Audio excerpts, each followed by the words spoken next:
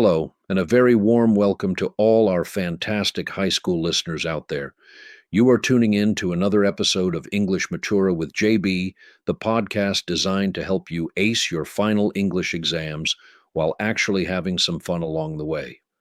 I'm your host, JB, and today we are tackling one of the most important, frequent, and practical topics on the Matura syllabus: the world of work. Whether you are preparing for the basic level, the extended level, or the oral exam, this episode is packed with useful vocabulary, grammar tips, and real-world advice. To help me navigate this massive topic, I am joined today by a special guest, Emily. Emily is a career advisor and a former English teacher who knows exactly what examiners are looking for. Welcome to the show, Emily. Thanks so much for having me, JB. I am absolutely thrilled to be here. Hello to everyone listening. The world of work is such a brilliant topic because it is not just about passing an exam. It is about your future. Everyone has to think about their career path at some point, and high school is the perfect time to start exploring. Plus, as you mentioned, the Matura exam absolutely loves this topic. From writing a formal letter of application to describing a picture of a workplace in the speaking test, you are guaranteed to see this theme. You are spot on, Emily. It is everywhere. So let's kick off our discussion with something that many teenagers can relate to: first work experiences. Many students in Poland and across Europe look for temporary or part-time jobs during the summer holidays. Emily, in your experience, why is getting a summer job so beneficial for teenagers, both for their personal growth and their future CVs? That is a great question. First of all, a summer job gives you financial independence. There is nothing quite like earning your own money for the first time, but more importantly, it is about gaining practical experience and developing what we call soft skills. You learn how to communicate with customers, how to work in a team, and how to manage your time. Even if you are just working as a waiter, a dog walker, or a shop assistant, you are developing skills that employers value. In English, we have a fantastic phrase for this initial step. We say that a summer job is a great way to get your foot in the door. I love that phrase. To get your foot in the door. Listeners, make sure you write that down. It means to get a minor or entry-level position in a company or industry, which could lead to better opportunities in the future. It is a perfect idiom to use in your Matura writing, perhaps in an essay about youth employment. Speaking of writing, Emily, if a student is writing a formal email or a letter of application for a summer internship, what kind of language should they use? For the Matura exam, registration is incredibly important. If you are applying for a job, you must write formally. Instead of saying, "I want this job because it looks cool," you should write, "I am writing to express my interest in the position of camp counselor, which was advertised on your website." Instead of, "I'm good at talking to people," you could write, "I possess excellent interpersonal skills and enjoy working in dynamic environments." You should also mention your qualifications and any previous experience, even if it is voluntary work. That is extremely helpful advice. Let's break down some of that vocabulary for our listeners. Interpersonal skills refers to your ability to communicate and interact well with other people. Another great term you used is position, which is a more formal synonym for job, and dynamic environment means a fast-paced, changing workplace. If you use these terms in your Matura writing, the examiner will certainly be impressed. Exactly.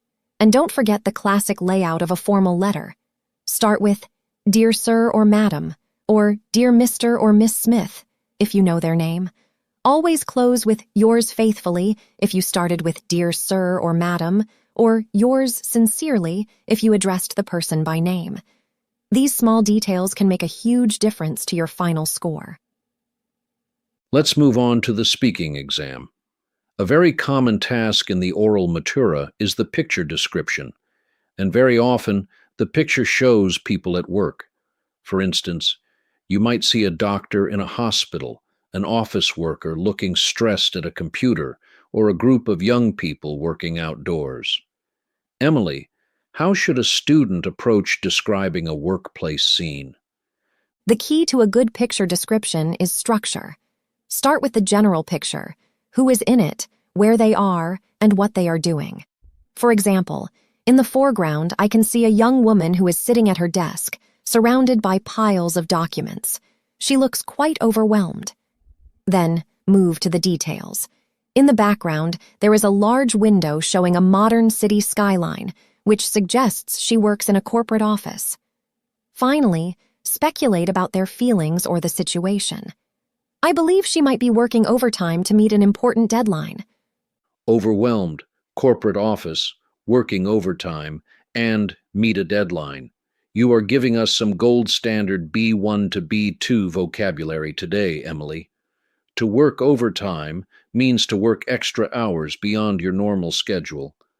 And to meet a deadline means to finish a task before the agreed time. These are absolutely essential phrases for the Matura topic of work. They really are. And speaking of being overwhelmed, starting a new job can be incredibly stressful for anyone, especially a teenager. When you walk into a new workplace, everything is unfamiliar. You have to learn the company's rules, find out who everyone is, and understand how to use the equipment. It takes time. In English, we describe this initial training period as learning how to do the job. Specifically, we say that you need to learn the ropes. To learn the ropes. That is our second idiom of the day. It comes from the old days of sailing ships, where sailors had to learn how to handle all the different ropes to control the sails. Today, we use it to mean learning how to do a particular job or task. So, when you start your summer job at a cafe, the first week is all about learning the ropes, like how to operate the coffee machine and use the cash register. It's an incredibly natural idiom to use in both speaking and writing. Absolutely. And it shows the examiner that you have a command of idiomatic English, which is a major plus for the higher grades. Now, JB, what about the actual recruitment process? In the B2 curriculum, students need to understand terms related to job applications. For example, the difference between a CV and a covering letter. Right. Let's clarify that. A CV, which stands for Curriculum Vitae, is a document that lists your education, work history, and skills in a concise format. In American English, it is often called a resume. A covering letter, on the other hand, is a one-page letter you send alongside your CV. In it, you explain your motivation for applying and argue why you are the best candidate for the position. Perfect. And then comes the most terrifying part for many young people, the job interview. Oh, tell me about it. Job interviews can be nerve-wracking, but preparation is the key to success. In the Matura speaking exam, you might have a role-play task where you have to act out a job interview, or perhaps discuss your dream job with the examiner. Emily, what are some key adjectives that students can use to describe their positive qualities to a potential employer? You want to avoid generic words like good or nice. Instead, use professional adjectives. If you are someone who always arrives on time, you are punctual. If you can be trusted to do your work well without constant supervision, you are reliable. If you are enthusiastic and eager to work, you are motivated or committed. And if you can adapt easily to new situations, you are flexible or adaptable. Those are excellent. Let's practice using them in a sentence. A student could say, "I believe I am a highly motivated and reliable individual who works well under pressure." This sounds incredibly professional and natural. Yes, and working well under pressure is another key phrase. Many jobs involve stressful situations or tight schedules, so showing that you can remain calm and focused is a huge selling point. Now let's shift our focus to the changing nature of the workplace. The traditional model of working 9 to 5 in a physical office is changing rapidly. Nowadays, we hear a lot about remote work, hybrid models, and flexible hours. How can students discuss these modern concepts in their Matura exams? This is a very popular topic for the written exam, especially for the extended level, where you might have to write an argumentative essay on the pros and cons of remote work. Remote work, or working from home, offers a lot of flexibility. Employees save time and money on commuting. However, the downside is that it can lead to isolation and a lack of separation between professional and personal life. That is a very balanced view. To write a successful argumentative essay, you must present both sides of the issue. You could use transition words like, on the one hand, remote working enhances flexibility. On the other hand, it may lead to feelings of loneliness. Exactly. Another interesting trend is the rising demand for creativity and problem-solving skills in the modern economy. Automation and artificial intelligence are taking over repetitive tasks, which means humans need to focus on what they do best: creative thinking. In the business world, we often say that to solve complex problems, you need to think outside the box. To think outside the box. Our third idiom. This means to think creatively, unconventionally, or from a new perspective. Instead of just following traditional methods, you look for innovative solutions. If you are writing an essay about future careers, you could mention that employers today are looking for candidates who can think outside the box to solve global challenges. It fits perfectly. It really does, and it is a skill that high school students are already developing. Every time you work on a project, participate in a debate, or find a creative way to study for your exams, you are practicing thinking outside the box. That is very true. But with all this talk about being motivated, working overtime, and thinking outside the box, there is a dangerous side to the modern world of work: stress and burnout. Many people feel a lot of pressure to succeed, which can lead to overworking. How do we describe someone who is working way too hard and not getting enough rest, Emily? In English, we have a very vivid idiom for this. We say that someone is trying to burn the candle at both ends. That is a beautiful image, but a very stressful reality. To burn the candle at both ends means to exhaust yourself by doing too much, especially by going to bed late and waking up early to work or study. For our Matura students, this is a very relevant warning. While studying is important, you should not burn the candle at both ends, or you will be too exhausted to perform well on the day of the exam. Absolutely. Work-life balance is a vital concept here. It refers to the optimal division of a person's time and focus between working and family or leisure activities. A healthy work-life balance is essential for maintaining mental and physical health.